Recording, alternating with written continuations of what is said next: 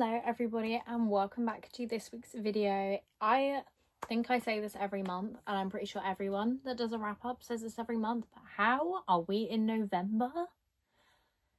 That's disgusting. This year has gone too quickly. Not a fan. But it does indeed mean it's time to talk through all the books that I read in October. I read 11 books this month. One of them I don't have... Oh no, actually 3 of them I don't have physical copies of, so I will talk about those first to get them out of the way. The first one that I don't have a physical copy of is Crazy Spooky Love. This is a romance, kind of. I don't really know how to describe it. And it was very much a bit of a letdown. So I gave that, what did I even give that? I've got my little journal here with all the ratings. So I gave it a 2-star. And I did own it physically at the time and I unhauled it because I didn't enjoy it very much. It, like, the ghost elements of it were fun, but the actual romance, every time it was brought up, I was like, do we need to talk about this? Does it need to be here? Because I don't think it did. And it's not often I, as a romance reader, don't think a romance should be in a book. So 2-star, unhauled it, didn't like it. I also read the second volume of the Our Dating Story manga. I did enjoy it. I gave it a 3-star. It was fine.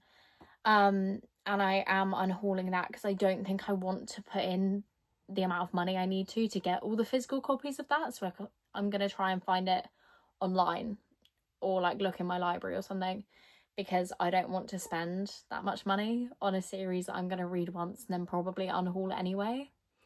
So that's gone. It's fun. If you like manga, it's a fun romance one, but obviously it's not everyone's cup of tea. So, and then I also read The Arc of Happily Never After by Phoebe McLeod, and I gave that a 3-star as well. It was fun, it was quick, it was easy, but I'm never gonna think about it again.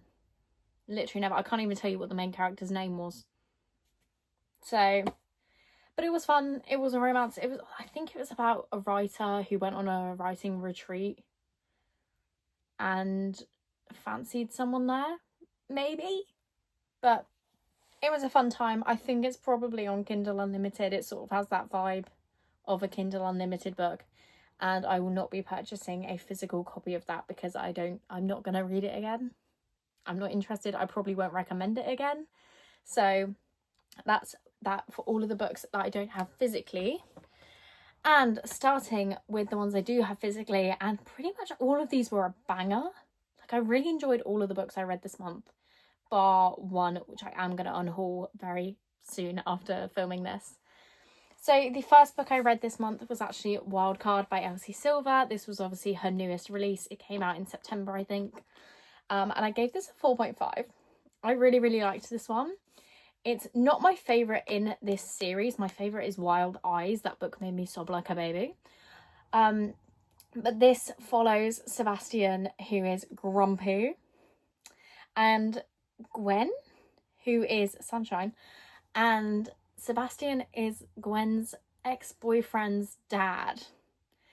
But he didn't know about his biological father until recent, like after they started dating and after Gwen had already met Sebastian, so they didn't know. He's called Bash in the book. I don't know why I'm like full naming him. His name's Bash. But yeah, so it was really fun. I absolutely loved the dynamic. I loved the drama that was added and how all of the like being her ex-boyfriend's dad stuff was handled. And yeah, this is probably my second favourite book in this series, so I definitely recommend, on the whole, the Rose Hill series I've loved. So I highly recommend all of those. And whilst we're here, can we please make some noise for my Chestnut Spring special editions that I just got today? They are stunning. I can't believe I have them. That's crazy. But yes, so I recommend Wildcard. It was really, really fun.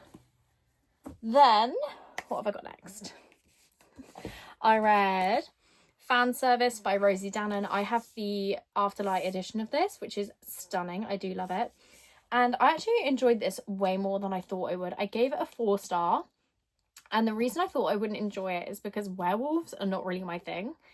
But this, again, I don't know character names. I'm so bad at this. So this is about Alex, our leading lady. And what is his man's name? Devin? Devin, who is an actor from an old TV show that is kind of similar to like Vampire Diaries, I think. Haven't watched Vampire Diaries either. And Devin has sort of fallen off a bit. He's a bit of a nothing now.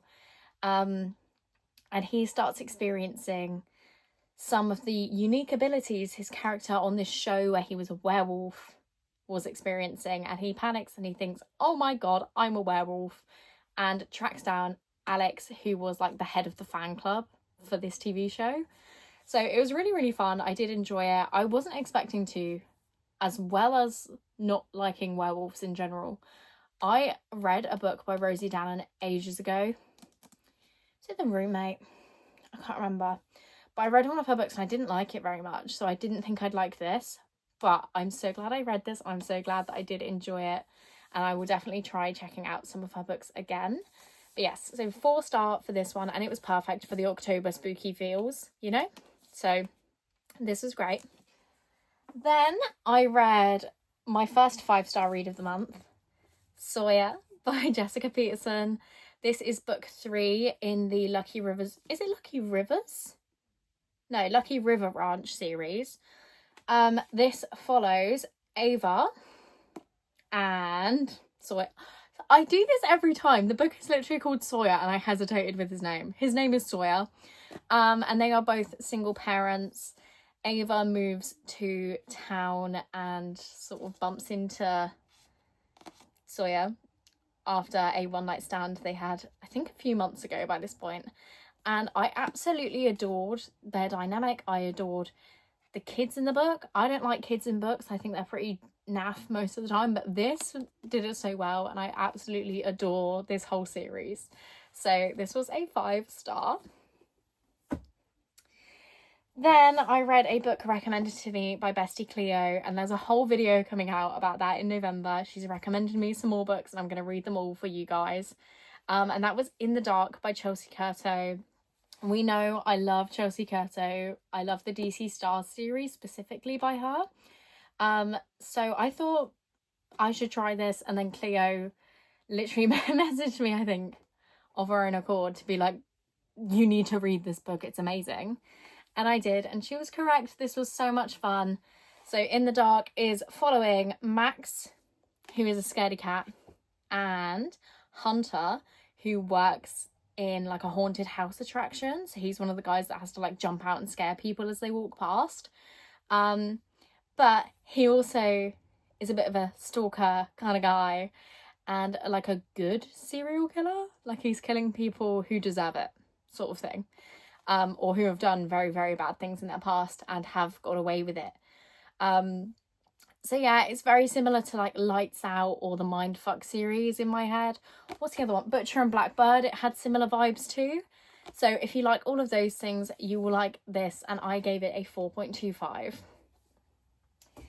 The next book is a bit of a rogue choice for me, but it is a YA mystery thriller called Be Right Back by Bill Wood. This is the sequel to Let's Split Up, which is another book I adored. And this is a, as I said, mystery thriller with Scooby-Doo inspired writing, and I ate it up. I loved it. This was my second 5-star of the month. It was so fun, and the twist in hindsight was so obvious, but I did not get it. My brain didn't clock it. My brain was not working.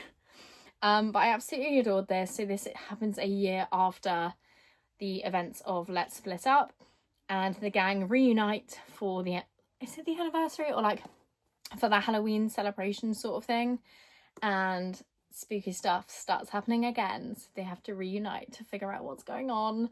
And it was just so much fun. I highly recommend this. If you're not a thriller girly, give this a go, because I'm not a thriller girly and I loved this. Absolutely adored both Let's Split Up and Be Right Back. So 5 stars. The next book I've got, I actually had an ARC of this and I loved it so much I bought the physical copy. And that is Ghosted at Christmas, where we are following Mia, I think the ghost called John. John, who you can see poking out behind the tree here, and Sam. And this is a second chance romance with ghostly intervention to make it happen. And it's so much fun. If you've watched the show Ghosts on the BBC, It's very, very similar in vibes to that. It is goofy and fun and just, it was so, so good. I really wasn't anticipating loving it this much, but I gave it a 4.5. And my only gripe with it, my 0.5 star that I've knocked off, is because Mia can hold a grudge. And she was so, like, some of the stuff she did, I was just like, girl, let it go. Let it go. But yeah, it was so much fun. It was cozy and romantic, and it just had all the Christmas feels. And bonus, it had a ghost being silly and goofy. What more could you want? Literally, it's such a good book. If you haven't heard of it, I definitely recommend this, and it is so worth your time and your money. Then, moving on from one ghost to the next, I actually have 2 more books here, and both of them have ghosts in them. I read Good Spirits by B.K. Borison, which, if you haven't seen last week's video, I have to show it off again. Ooh, if I can find it. I met B.K. Borison, and it is signed and personalised. Can't believe it still.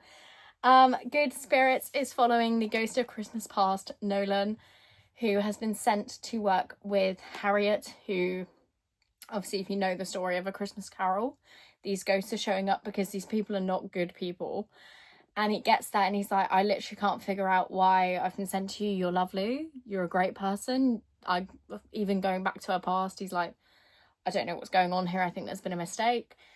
And we follow their romance, and it's so adorable, and it's so well written, and everything ties up in a neat little bow. And B.K. Borison was just the sweetest person when I met her. So I loved this, and I gave it 5 star, and then I met B.K. Borison, and now it's signed. I'm never going to get over that. That's so cool. Can you tell I've never been to an author signing before? This was my first one, and it was great, and the book was amazing, and I highly recommend it. And I have matching nails to the book.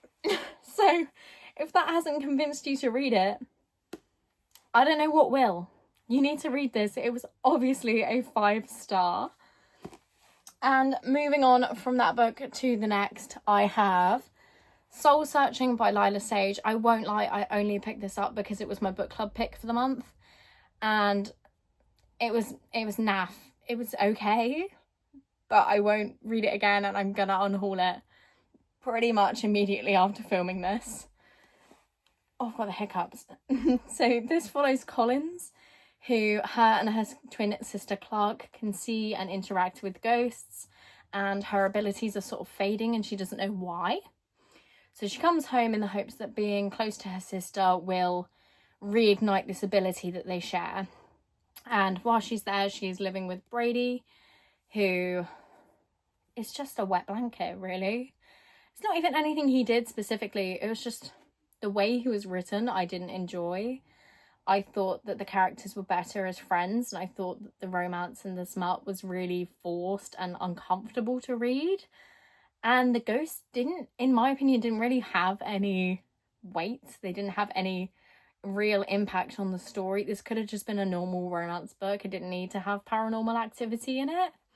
So I gave it a 3.5. That is being generous, and I am unhauling this, as I said, pretty much immediately after filming. So that was my last book of the month. It was disappointing. I wanted to like it, and I just didn't. So it's unfortunate, but what will I do? I've finished it. I've read it now. I can't take my time back. But those are the 11 books that I read this month. Let me know if you have read any of these, if any of these are your favourites. If you have any recommendations based off of the books that I loved in this, do let me know in the comments down below. And I will see you next week with another video.